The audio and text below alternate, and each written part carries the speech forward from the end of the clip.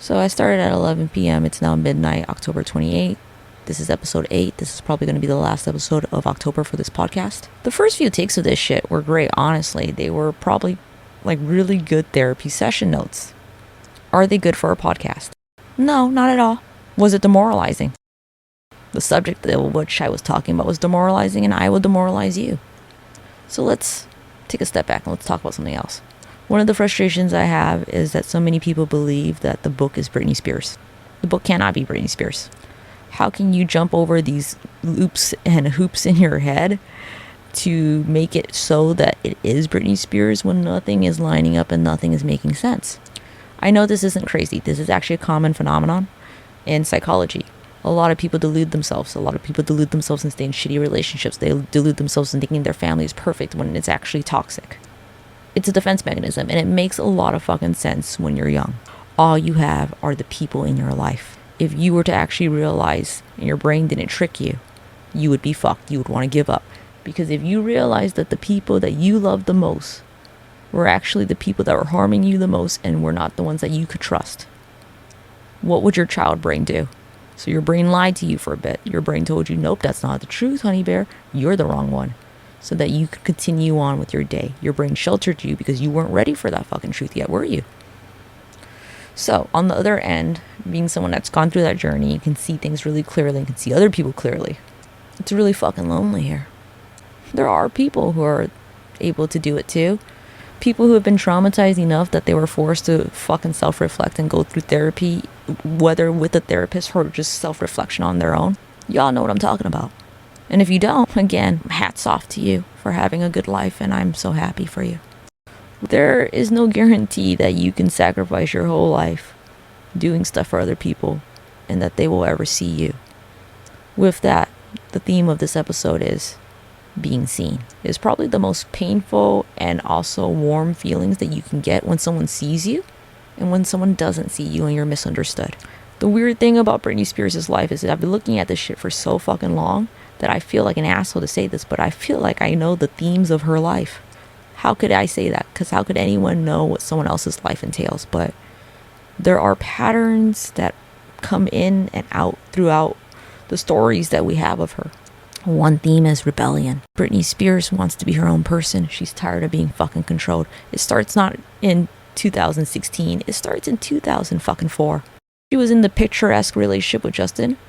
The book claims that that's true love. I do think she loved him. I don't think he's the love of her life. I think the love of her lives are her kids. And that's what I have issue. People think that I'm being heartless as if I am dismissing the trauma of the abortion and all that stuff. No, I just think it was superficial at best. And it showed. Justin is a superficial person. I think Britney has said the best thing that Kevin Federline ever gave her were her boys. I believe that with all my heart. Again, real knows real, authentic knows authentic. Some of you fake fuckers can't fucking see her because you're not fucking real yet. Don't worry, you'll get there. I've said this a lot, but if I wanted to be fucking famous, I would do differently than what I do now. And it's not going to get me fame by, insulting my audience if I am insulting you. So why did I bring up Kevin Federline if we're talking about Justin Timberlake? Because I don't think a man is the thing that saves Britney Spears, is the thing that she was looking for. What Britney Spears is looking for her entire life is something that I see in a lot of celebrity children who become famous, something that I even see inside myself, which is probably why I can see it so fucking clearly. She wanted a family. Honestly, I do think that part of the book is written by her. Is it Britney Spears in present day? I don't believe that. I think that the National Enquirer articles that came out in 2009 saying that her diary entries were stolen, the ones that she had been writing and video footage that she was compiling in anticipation of her documentary one day, is true. Because around 2004, Britney Spears was at the height of her career. So famous. Biggest pop star in the world. Of course, you're going to have a fucking documentary. You better start writing this shit now. You're in your fucking glory days, bitch. You don't want to just be recounting when you're all salty and shit. I think they weren't necessarily stolen. Maybe her family stole them, or maybe they were stolen and they later found them. Because some of the details, they sound like her. Because to me, there are stories in them, unlike the rest of the book.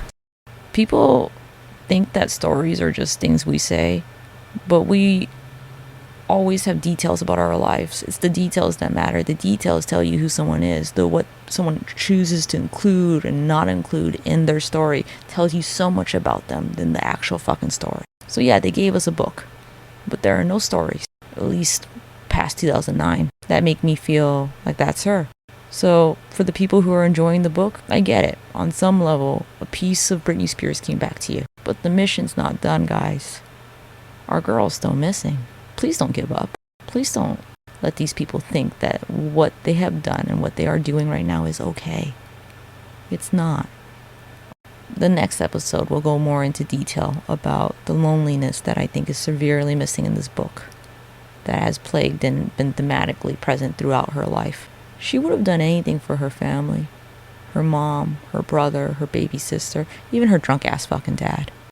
So, the psychology lesson earlier, I brought that up because a lot of people who are fans, and I think they do wish well for Britney Spears, probably unconsciously, are afraid at the reality of the situation. It's grim, it's dark, I don't like it either.